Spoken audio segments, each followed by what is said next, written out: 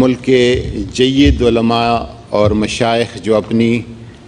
مکاتب فکر اور اپنی مسالک کی نمائندہ اور قیادت کرنے والے شخصیات تھے. کچھ حضرات راولپنڈی، اسلام آباد اور ملحقہ علاقوں کے اسلام آباد میں موجود تھے اور باقی پروونشل ہیڈ کوارٹرز میں مشاورت ہو گئی، بلکہ مشاورت کا سلسلہ پچھلے 2-3 دنوں سے جاری تھا. صدر صاحب نے تمام صوبائی حکومتوں، وزرائے اعلیٰ سے، چیف سیکرٹری سے اور گورنر سے اس بابت رائے معلوم کر لی. پرائم منسٹر صاحب کی طرف سے بالکل واضح ہدایت تھی کہ جو بھی مساجد رمضان المبارک، اعتکاف، رمضان، سحری، افطار، امام بارگاہوں کے حوالے سے رمضان المبارک کے جو معمولات ہیں، جو بھی رائے، جو بھی سوچ، جو بھی فکر، جو بھی لائحہ عمل اور SOPs علماء کرام متعین کریں گے، ہم ان کے ساتھ چلیں گے. قطعاً ہرگز پرائم منسٹر کی خواہش تھی کہ انتظامیہ، صوبائی حکومتیں، ضلعی انتظامیہ ایسے اقدامات سے گریز کرے جس سے علماء کا وقار مجروح ہو یا ملک کا ایک غلط امیج جائے یا کہیں پہ پکڑ دھکڑ ہو اور علماء کرام کی بے حرمتی اور بے توقیری ہو. اس حوالے سے ہم نے تمام علماء کرام اور مشائخ اعظام کو تفصیل کے ساتھ سنا اور ان کی رائے اور مشورے بمائے صوبائی حکومتوں کے مشاورت کے ساتھ ایک متفقہ متحدہ لائحہ عمل SOPs متعین کی گئی. 20 نکاتی ایک لائحہ عمل ہے، احتیاطی تدابیر پر مشتمل. میں گزارش کروں گا صدر اسلامی جمہوریہ پاکستان جناب ڈاکٹر عارف الرحمن اولی صاحب سے کہ وہ لائحہ عمل اور SOPs پوری قوم اور ائمہ مساجد اور علماء کرام کو بتائیں. میں سارے چیف منسٹرز کا، سارے گورنرز کا، سارے علماء اور مشائخ کا جو آج اس کانفرنس میں تشریف فرما تھے اور ہر صوبے سے، گلگت بلتستان سے اور آزاد جموں کشمیر سے، اور ان سیاستدانوں کا سب کا مشکور ہوں جن سے مشورہ کیا گیا اور تقریباً ہر چیز پر مکمل اتفاق پایا گیا. میں علماء اکرام اور مشائخ کا بھی مشکور ہوں. اس کے ساتھ ساتھ ہیلتھ ایڈوائزر کا، منسٹر آف ریلیجس افیئرس کا، منسٹر آف انٹیریئر کا اور سارے جو کابرین چیف سیکرٹریز نے حصہ لیا ہر جگہ پر. میں چیف منسٹرز کا یوں بھی مشکور ہوں کہ میں نے ان سے کل درخواست کی تھی کہ لکھ کر اپنی تجاویز بھیج دیں. میں سمجھتا ہوں کہ بڑی اہم بات ہوئی پاکستان کی تاریخ کے اعتبار سے کہ اتنا اجماع ہوا ان بہت ساری باتوں کے حوالے سے کہ یہ ایک تاریخی مقام ہے جس کے اندر کوئی ساری مسلکی ہم آہنگی پائی گئی اور ساری نکات پر اتفاق رائے ہوا. کیونکہ رمضان کا مہینہ شروع ہونے والا ہے اور رمضان عبادتوں کا مہینہ ہے، مغفرت کا مہینہ ہے اور مسلمان کو بڑی محبت ہے اس مہینے کے ساتھ اور اہتمام کرتے ہیں ہم تراویحوں کا اور نمازوں کا. تو یہ بہت ضروری تھا کہ رمضان سے پہلے حکومتوں کے مشورے بھی شامل ہو جائیں آج کے حالات کے اعتبار سے، اور سارے ائمہ اور مشائخ کے بھی سارے مشورے آ جائیں. تو صوبائی حکومتیں، آزاد جموں کشمیر، گلگت بلتستان، ان سب جگہوں سے جو گفتگو ہوئی اس کے بعد ایک مشترکہ اعلامیہ تیار کیا گیا ہے جس میں 20 نکات پر وہ ہے موجود. آزاد کشمیر میں خاص طور پر وہاں سے اس بات کا ذکر ہوا کہ ریاستی جبر و تشدد جو آکوپائڈ جموں و کشمیر کے اندر ہو رہا ہے اس وقت رمضان کے اندر ان کے لیے بھی دعا کی جائے اور اس میں اللہ تعالیٰ سے مغفرت بھی، معافی بھی مانگی جائے اور مدد کی بھی درخواست کی جائے کہ ان کے اوپر آسانیاں پیدا ہو جائیں. صدقات اور خیرات کا اہتمام کا ذکر میں اپنے کئی مرتبہ کر چکا ہوں. میں سمجھتا ہوں کہ یہ جو مساجد اور مدارس میں صدقات اور خیرات کا اہتمام ہوتا ہے رمضان کے اندر، اس کو جاری رکھا جائے، کیونکہ یہ انسٹیٹیوشن مسلمانوں کا انہی بنیادوں پر، مسلمانوں کی اپنی کوآپریشن کی بنیاد پر صدقات، زکوٰۃ اور خیرات کے حوالے سے چلتا ہے۔ اس کے اندر لوگوں سے میری اپیل ہے کہ اس کے اندر کوئی کمی نہ کی جائے۔ جتنی پہنچ علماء کی ہے اور ائمہ کی ہے قوم کی جڑوں تک، وہ شاید کم اداروں کی ہوگی، تو لہٰذا یہ بہت ضروری تھا کہ اس ماحول کے حوالے سے صرف عبادتوں کا ہی نہیں بلکہ جو ہدایات صحت کے حوالے سے بھی جو ہر گھر تک پہنچ سکتی ہے، اس کے لیے مسجد کو ہی ذریعہ بنایا جائے، تاکہ ہر فرد تک یہ بات پہنچ جائے کہ کس طرح سے احتیاط کی جائے، اور قوم اس ڈسپلن کا اظہار کرے کہ یہ قوم جو ہے یہ اللہ تعالیٰ کی آزمائشوں کے ساتھ گزرتی ہوئی، معافیاں مانگتی ہوئی ایک اچھی قوم بنتی جا رہی ہے، جو اپنے آپ کو بڑے منتظم انتظام کے ساتھ چلانا چاہتی ہے۔ میں میڈیا سے بھی گزارش کرتا ہوں کہ جن چیزوں کا فیصلہ ہوا ہے یہ بالکل اتفاق رائے کے ساتھ ہوا ہے، کسی ایک فرد نے یہ بات نہیں کی، کسی ایک فرد نے، نہ کسی ایک حکومت نے یہ بات کی کہ تراویح نہ ہو اور مسجدوں کا لاک ڈاؤن ہوا، کسی نے نہیں بات کی، تو لہٰذا اس کو بلا وجہ ڈیبیٹ میں لانا کہ ایسا ہونا چاہیے ویسا ہونا چاہیے، کسی ایک نے نہیں۔ اور ہیلتھ منسٹر بھی موجود تھے، ان کا جو مشورہ اور WHO کا جو مشورہ ہے وہ بھی اس کے اندر اس کو شامل کر لیا گیا۔ اب یہ ذمہ داری ہے صرف ہر فرد کی ذمہ داری ہے، یعنی یہ ائمہ کی ذمہ داری اکیلی نہیں ہے، نہ قانون کی ذمہ داری ہے امپلیمنٹ کرنے کے حوالے سے، یہ ہر فرد کی۔ جب اجماع ہو جائے خیالات کے اوپر اور اتفاق ہو جائے ائمہ کے درمیان، مشائخ علماء کے درمیان اور حکومت کے درمیان، پھر اس کی خلاف ورزی تو بالکل ایک گناہ سمجھی جائے گی۔ تو لہٰذا اب اس بات کی ضرورت ہے کہ عوام اس پر خود پابندی کرے۔ وہ قومیں ترقی کرتی ہیں جہاں پولیس مجبور نہیں کر رہی ہو پابندی کرنے کے لیے، بلکہ خود لوگ کہیں کہ ہم انتظام کریں گے اس بات کا۔ اور اسلام کے اندر مسجد نبوی سے اور قرآن کی آیات کے اعتبار اللہ تعالیٰ کے احکامات بھی آئے۔ جب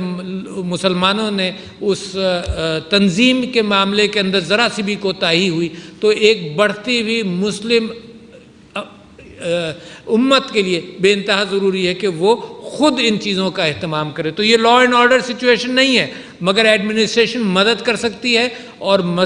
مساجد اور امام بارگاہوں کی کمیٹی سے میری گزارش یہ ہے کہ وہ اس کا بھی اہتمام کریں اور حکومت کے ساتھ ایک مشاورت کے اندر رہیں۔ تو یہ 20 نکاتی جو تجاویز ہیں یہ میں آپ کے سامنے پڑھ کر سناتا ہوں، اور یہ تحریری طور پر ریلیز بھی کر دی جائیں گی اور میں پڑھ کر بھی سناتا ہوں۔ مساجد اور امام بارگاہوں میں قالین یا دریاں نہیں بچھائی جائیں گی۔ یہ جو علماء کا فتویٰ تھا پہلا، اس حوالے سے ان احکامات کو بھی مشوروں کو بھی جوڑ لیا جا رہا ہے، اور جو حکومت چاہتی ہے اس کو ملا لیا جا رہا ہے کہ قالین اور دری نہ ہو، کیونکہ سانس کے ذریعے جو جراثیم اور جو وائرس اس میں جائے گا وہ دوسروں کے اوپر بھی اثر کرے گا۔ تو مساجد اور امام بارگاہوں میں قالین یا دریاں نہیں بچھائی جائیں گی، صاف فرش پر نماز پڑھی جائے گی۔ نمبر 2، اگر کچا، یہ تراویح کے اعتبار سے بھی ہے،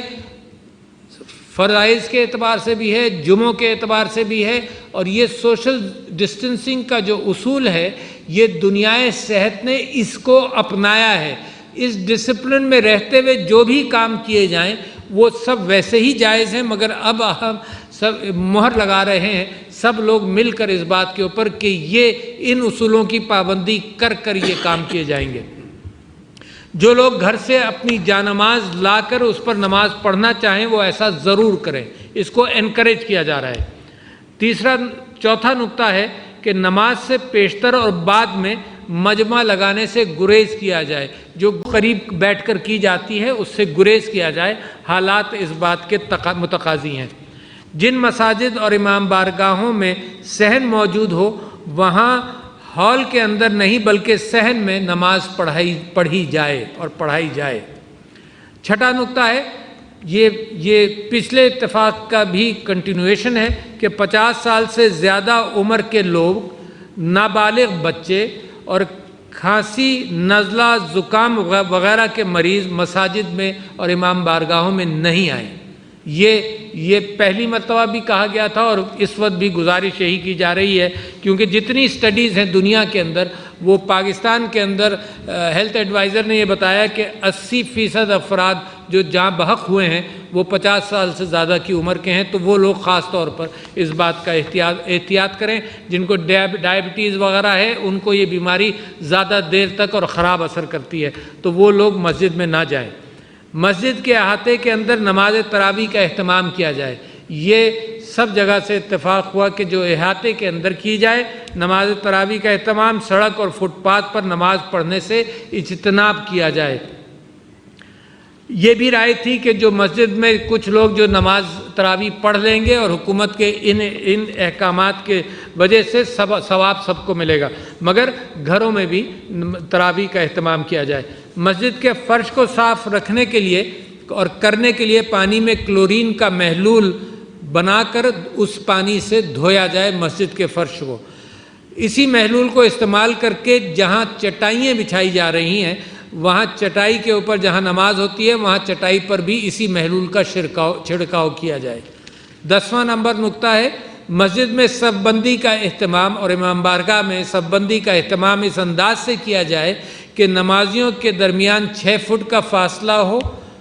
اور ایک نقشہ منسلک ہے جو پبلسائز کر دیا جائے گا، جس کے اندر یہ نقشہ صرف نشاندہی کر رہا ہے کہ دو نمازیوں کے درمیان دو نمازیوں کی جگہ خالی چھوڑی جائے۔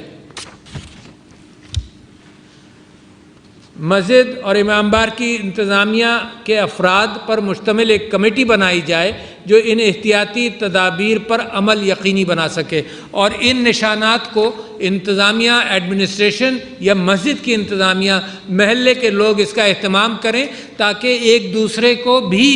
ہدایت دینے کی بات ہو کہ اتنی دور کھڑے ہو، اپنے نشان پر کھڑے ہو۔ جیسے صف بندی کے لیے نشان لگائے جاتے ہیں ویسے ہی کھڑے ہونے کے لیے بھی کوئی نشان لگا لیا جائے۔ مساجد کے منتظمین اگر فرش پر کھڑے ہونے کے لیے نشان لگا لیں تو بہت اچھا ہے۔ 13واں نمبر نقطہ ہے کہ وضو گھر سے کر کے مسجد تشریف لائیں، ہاتھ صابن سے 20 سیکنڈ ضرور دھو کر آئیں۔ یہ تو ہر اعلامیے کے اندر، ہر درخواست کے اندر، صحت کے سارے جو ایکسپرٹس ہیں انہوں نے بھی اس چیز کا مشورہ مسلسل دیا ہے کہ ہاتھ دھو کر نکلیں اور ہاتھ بار بار دھوئیں۔ تو مسجد وضو کر کے آئیں تو ہاتھ دھو کر آئیں، 20 سیکنڈ صابن سے ضرور۔ وضو وضو گھر میں کریں اور گھر سے وضو کر کے تشریف لائیں۔ پوائنٹ 14، لازم ہے کہ ماسک پہن کر مسجد میں اور امام بارگاہ میں تشریف لائیں اور پھر کسی سے ہاتھ نہ ملائیں اور بغل گیر نہ ہوں۔ بہت ضروری نکات ہیں کہ ماسک اب اتنا عام ہو گیا ہے کہ گھروں میں لوگوں نے سی لیے، تو ماسک پہن کر احتیاط کریں کہ اپنے سے کسی کو نہ لگے، دوسرے سے مجھ کو نہ لگے، تو یہ احتیاط بڑی ضروری ہے۔ پھر اپنے چہرے کو ہاتھ نہ لگائیں، اس سے گریز کریں، اور گھر واپسی پر ہاتھ دھو کر یہ کر سکتے ہیں، مگر مسجد کے اندر بھی احتیاط کریں کہ چہرے کو ہاتھ نہ لگائیں، مصافحہ نہ کریں، بغل گیر نہ ہوں، فاصلے سے کھڑے ہوں۔ موجودہ صورتحال میں بہتر یہ ہے کہ گھر پر اعتکاف کریں، اور اس بات کا بھی امکان ہے، میرے لیے بھی، میں اپنے لیے بھی کہتا ہوں کہ موجودہ صورتحال کے اندر لوگ گھروں کے اندر تراویح پڑھیں تو وہ بھی اچھی بات ہے۔ حضور اکرم صلی اللہ علیہ وسلم نے گھروں میں بھی رات کی عبادت اپنے گھر میں ہی کی۔ 17واں پوائنٹ ہے مسجد میں افطار اور سحری کا اجتماعی انتظام نہ کیا جائے۔ لوگ قریب بیٹھ جاتے ہیں تو اجتماعی انتظام مسجد میں نہ کیا جائے۔ مسجد اور امام بارگاہ کی انتظامیہ، ائمہ اور خطیب، یہ 18واں نقطہ ہے، مسجد اور امام بارگاہ کی انتظامیہ، ائمہ اور خطیب ضلعی و صوبائی حکومتوں اور پولیس سے رابطہ اور تعاون رکھیں، اور ہر صوبے کے اندر ایک کمیٹی کی تشکیل دینے کا مشورہ ہے۔ یہ صوبائی ایڈمنسٹریشن کے ساتھ میں سمجھتا ہوں کہ ائمہ اور مشائخ کی، علماء کی جو کمیٹی بنائے تاکہ مسلسل رابطہ رکھا جا سکے۔ مساجد انتظامیہ کو ان احتیاطی تدابیر کے ساتھ اور امام بارگاہوں کی انتظامیہ کو ان احتیاطی تدابیر کے ساتھ یہ مشروط اجازت ہے کہ وہ تراویحوں کا اور فرائض نماز کا اور جمعے کا اہتمام کریں۔ یہ سوشل ڈسٹنسنگ کے ساتھ کریں تو دنیا میں کسی کو اس کے اوپر اعتراض نہیں ہے۔